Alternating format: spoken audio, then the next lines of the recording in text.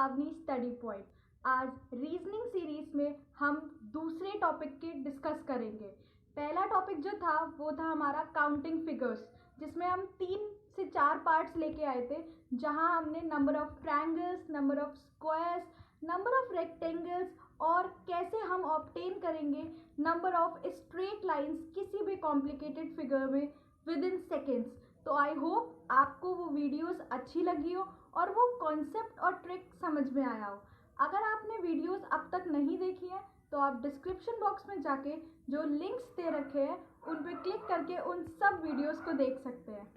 Now अब जो हमारा नेक्स्ट टॉपिक है वो है एनालॉजी का। एनालॉजी वर्ड से आप क्या समझते हैं?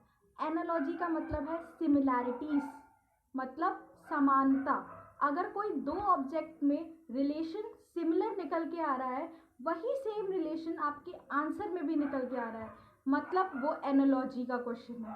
मोस्ट प्रोबेबली कॉम्पिटिटिव एग्जाम्स में ज़्यादा अमाउंट में एनालॉजी का क्वेश्चन नहीं आता है, बट क्वेश्चन 5 से 6 नंबर का ज़रूर आता है, यानी 2 से 3 क्वेश्चन एनालॉजी के ज़रूर फंसते हैं।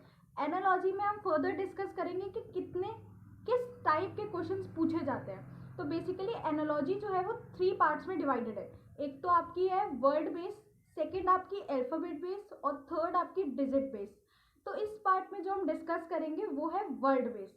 तो लेट्स सी। होती है आपकी 3 टाइप की होती है, राइट। एनालॉजी आपकी 3 टाइप की होती है। पहला होता है word based,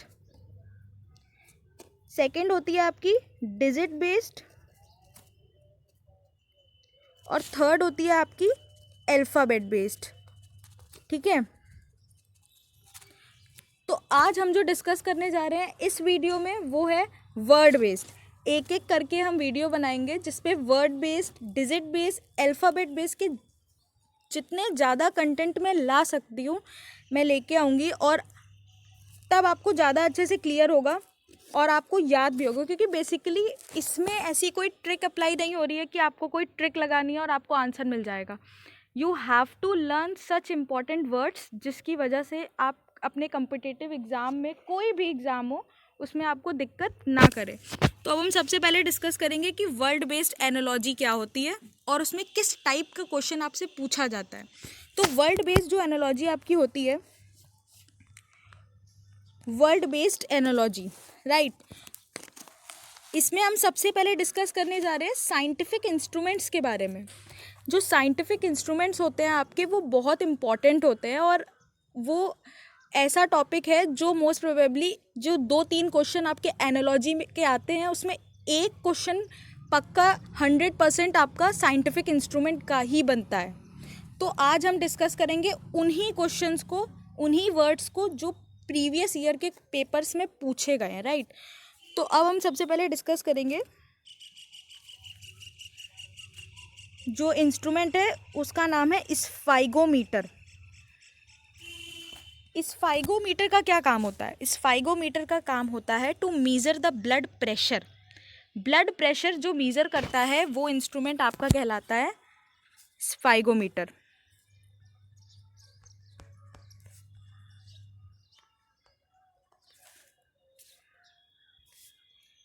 second, see analogy का क्वेश्चन पूछा कैसे जाएगा, वो आपसे ऐसे पूछेगा, स्फाइगोमीटर मीज़र करता है ब्लड प्रेशर को, दिया होगा।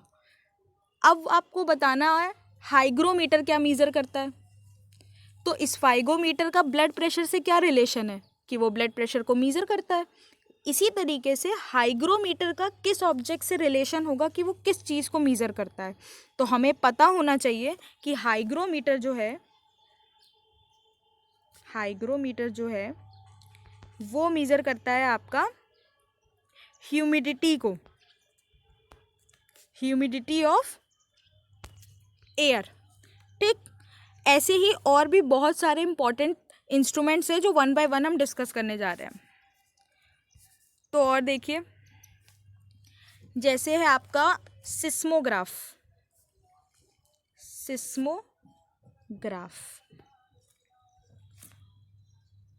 लेक्टोमीटर,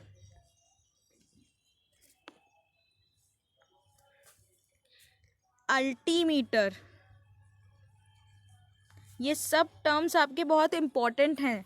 साइंस में आपने ये सारे ही टर्म्स पढ़े होंगे, देखे होंगे, लेकिन इन सब टॉपिक्स, इन सब वर्ड्स को ज़्यादा अमाउंट में पूछा जाता है एग्जाम्स में। एरोमीटर, अब हम देखते हैं इन सब का काम क्या है। तो सबसे पहले आपका दिया है सिस्मोग्राफ। सिस्मोग्राफ, इसका क्या काम है, इसका किससे रिलेशन है? इसका रिलेशन है आपका अर्थक्वेक से। क्या ये अर्थक्वेक को मीज़र करता है? नहीं, ऐसा ज़रूरी नहीं है कि चीज़ मीज़र ही करे। सिमिलैरिटी ये नहीं कहती। एनालॉजी का मतलब होता है कि दो ऑब्जेक्ट्स के बीच में कोई रिलेशन होना। ऐसा ज़रूरी नहीं है कि दैट रिलेशन वो सिर्फ मीज़रिंग का रिलेशन हो। नो, ऐसा भी हो सकता है। जैसे काऊ का क्या काम है? काऊ ईट करती है ग्रास को, तो यहाँ पे फूड का रिलेशन आया, तो ये भी एक एनालॉजी है। ठीक इसी तरीके से अर्थक्वेक, जो भूकंप के वाइब्रेशंस होते हैं, उनको मीज़र करने का काम किसका होता है? आपका सिस्मोग्राफ का होता है। सेकंड यहाँ पे दे रखा है लेक्टोमीटर। तो लेक्टोमीटर, तो you all must be familiar with this word. Lactometer का काम होता है मीज़र करना मिल्क की प्योरिटी को, यानी दूध की जो शुद्धता है उसको मीज़र करने का काम कौन करता है? लेक्टोमीटर करता है। ठीक, प्योरिटी ऑफ मिल्क। अब आपका जो टर्म आया वो आया अल्टीमीटर। तो अल्टीमीटर से तो आप खुद ही समझ रहे हैं अल्टीमीटर का क्या काम होगा? To measure the altitude, to measure the altitude. And the last one is aerometer. Aerometer जो है वो आपका मीज़र करता है मास को एंड डेंसिटी को। एरोमीटर का क्या काम है? To measure mass and density. ठीक है, अब हम डिस्कस करते हैं आगे और वर्ड्स को। तो मेरा जो 7th वर्ड है वो है fathometer, and this is a very important. Fathometer क्या होता है? फेदोमीटर का मतलब होता है कि to measure depth of sea, समुद्र की गहराई को नापने का काम करता है fathometer. Depth of sea. Unit क्या होती है फेदोमीटर की? तो यूनिट होती है फेदम। फेदम से समझ रहे हैं आप क्या मतलब है?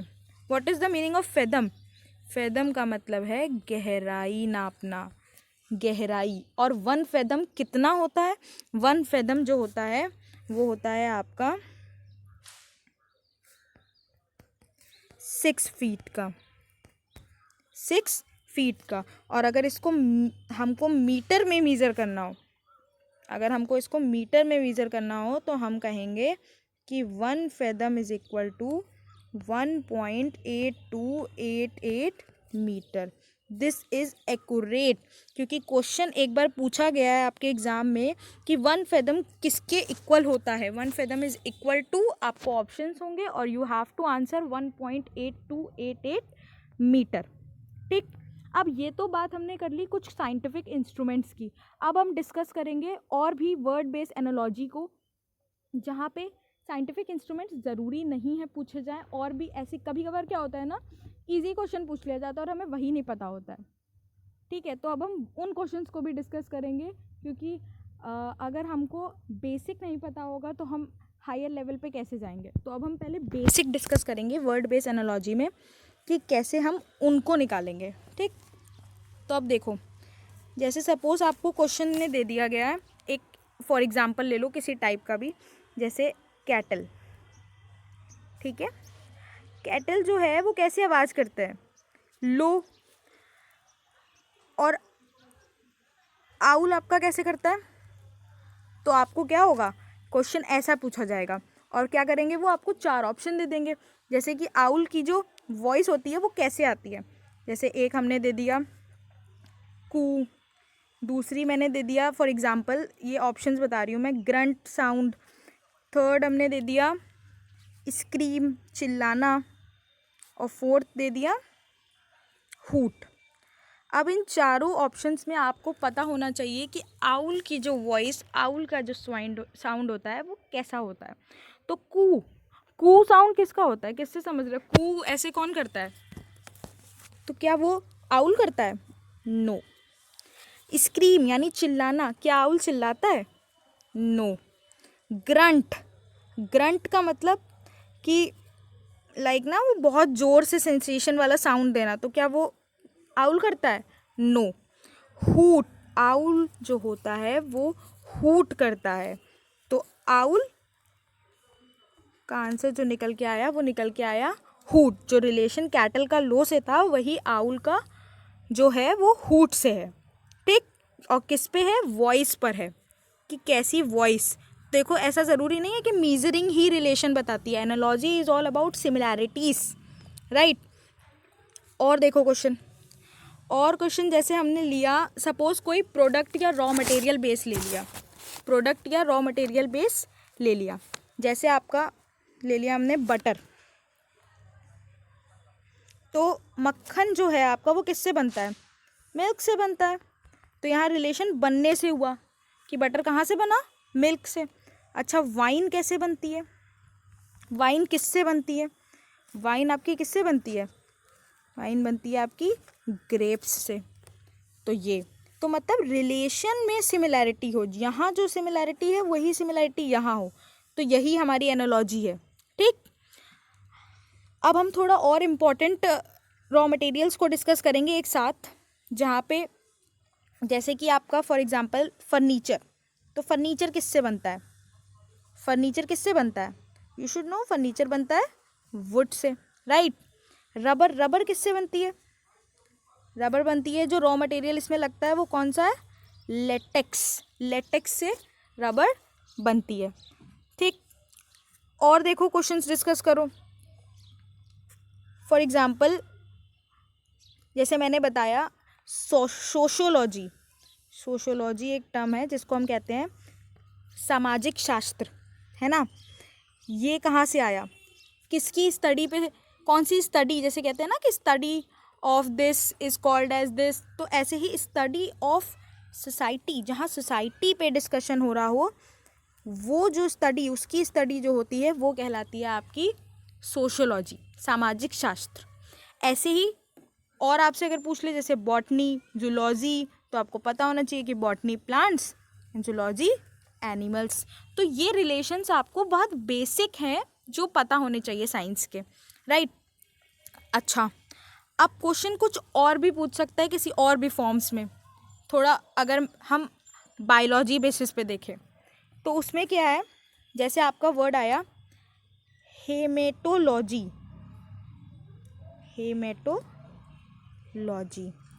और आप वर्ड्स ले लो जैसे पेडोलॉजी,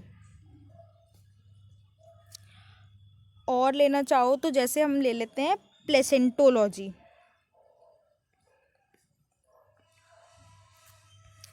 अब ये 3 वर्ड्स बहुत इंपॉर्टेंट हैं, इनको समझो कि इनका क्या काम है।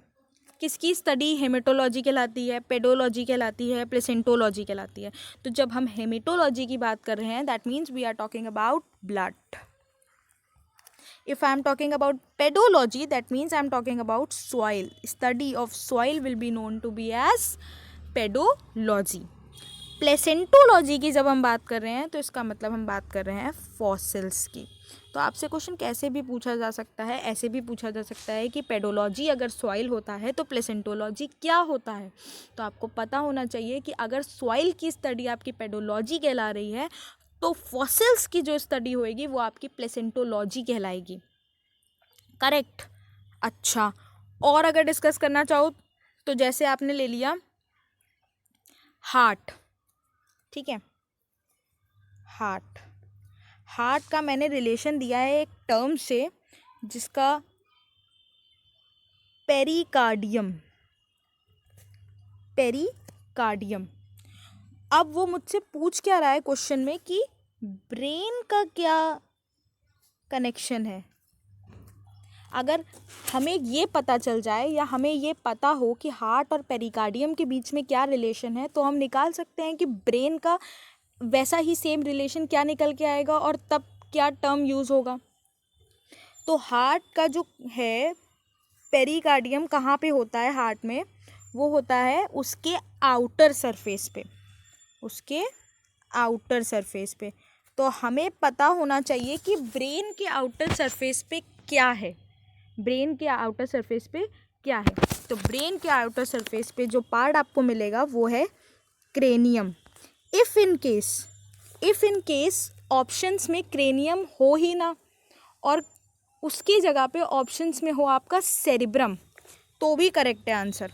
लेकिन अगर आपका क्रेनियम दे रखा है तो आप क्रेनियम ही यूज़ करोगे, सेरिब्रम। ठीक, और देखो थोड़ा आइलैंड्स पे देखते हैं अब हम थोड़ा सा। आइलैंड्स का रिलेशन हमने क्वेश्चन में दिया किससे?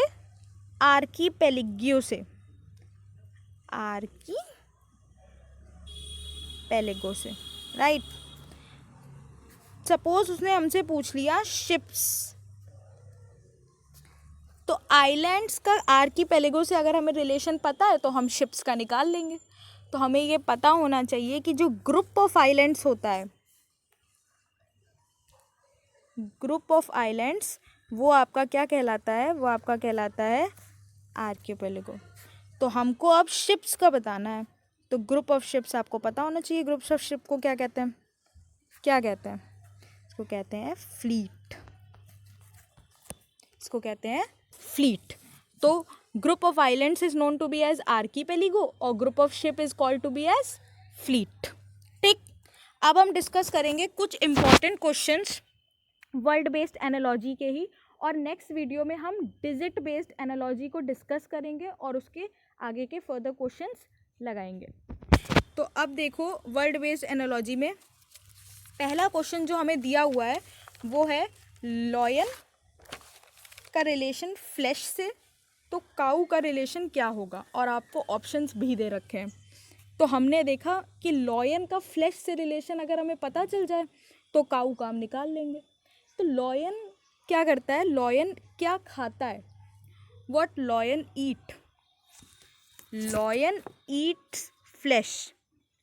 बस ये रिलेशन आपको पता चल जाए तो क्या आपको दिक्कत आएगी कि काऊ क्या खाती है? What cow Yeats?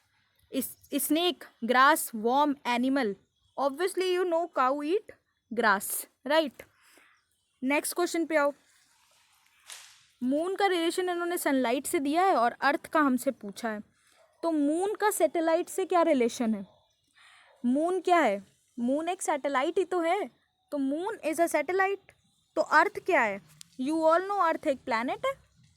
आंसर आ गया, मून एक सैटेलाइट है तो अर्थ एक प्लैनेट है, यही एक रिलेशन है इनके बीच। ठीक, नेक्स्ट क्वेश्चन देखो। प्रोड्यूसर फिल्म, किसी भी फिल्म को बनाने के लिए हमको प्रोड्यूसर की ज़रूरत होती है, राइट। ऑथर का क्या काम होता है? ऑथर क्या करता है? ऑब्वियसली यू नो, ऑथर का क्या काम है? बुक लिखना। तो आंसर इज बुक, राइट।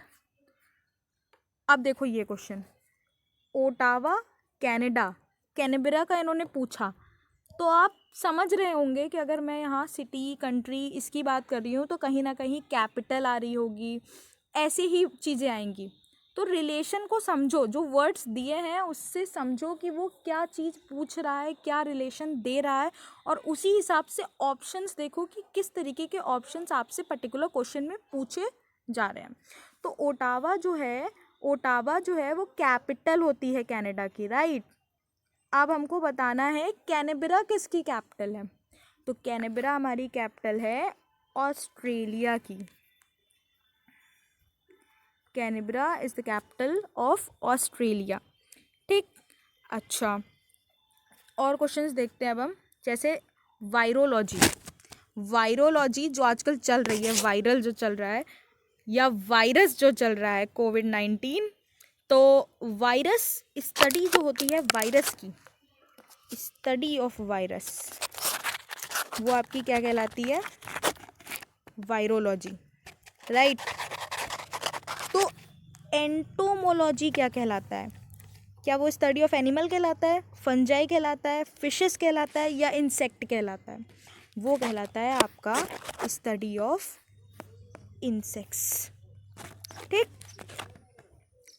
अब देखो यहाँ पे जो क्वेश्चन दे रखा है ये साइंस का क्वेश्चन है कि condensation refrigerate, evaporation heat, options देखो, consumption cook, oration listen, exhaustion bye.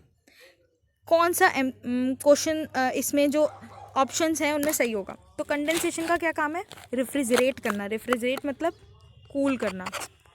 ऐसे ही इवापोरेशन हमने साइंस में पढ़ा था कि क्या काम होता है? हीट करना। सिमिलर कंडेंसेशन का क्या काम है? To cool. इवापोरेशन का क्या काम है? To heat.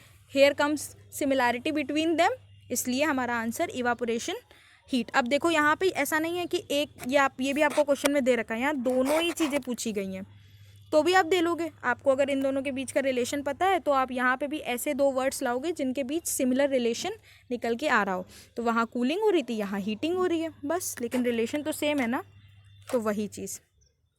अब देखो ये फिंच बर्ड, फिंच और बर्ड के बीच क्या रिलेशन है? फिंच एक तरीके की बर्ड होती है। फिंच जो होती है वो एक टाइप ऑफ बर्ड है। अब यहाँ कौन टाइप ऑफ है वही आपका आंसर होगा। Frog is a type of toad? No. Elephant is a type of reptile? No. Koala is a type of marsupial? No. Ant is a type of ladybug? No. तो हमारा answer जो correct आया वो आपका आया कि Dalmatian is a type of dog. एक तरीके का डॉग होता है डालमेटियन, राइट। तो इसीलिए टाइप की अगर हम डिस्कस करेंगे तो यहाँ पे अपनी similarity, dalmatian is similar to dog, is a type of dog, right. तो कल अब हम जो डिस्कस करने जा रहे हैं, आज तो हमने डिस्कस कर लिया ऑलरेडी इतने क्वेश्चंस, तो कल हम डिस्कस करेंगे डिजिट बेस्ड एनालॉजी को। तो आई होप आपको वर्ड बेस्ड एनालॉजी समझ में आई हो। और कल जब हम डिजिट बेस करेंगे तो उसके क्वेश्चंस हम और लगाएंगे, क्योंकि डिजिट बेस ज़्यादा अमाउंट में आपसे पूछा जाता है एग्जाम्स में भी। तो will discuss that. I hope आपको मेरी वर्ड बेस्ड एनालॉजी समझ में आई हो। तो अगर आपको अच्छी लगी तो like, share and subscribe. Thank you.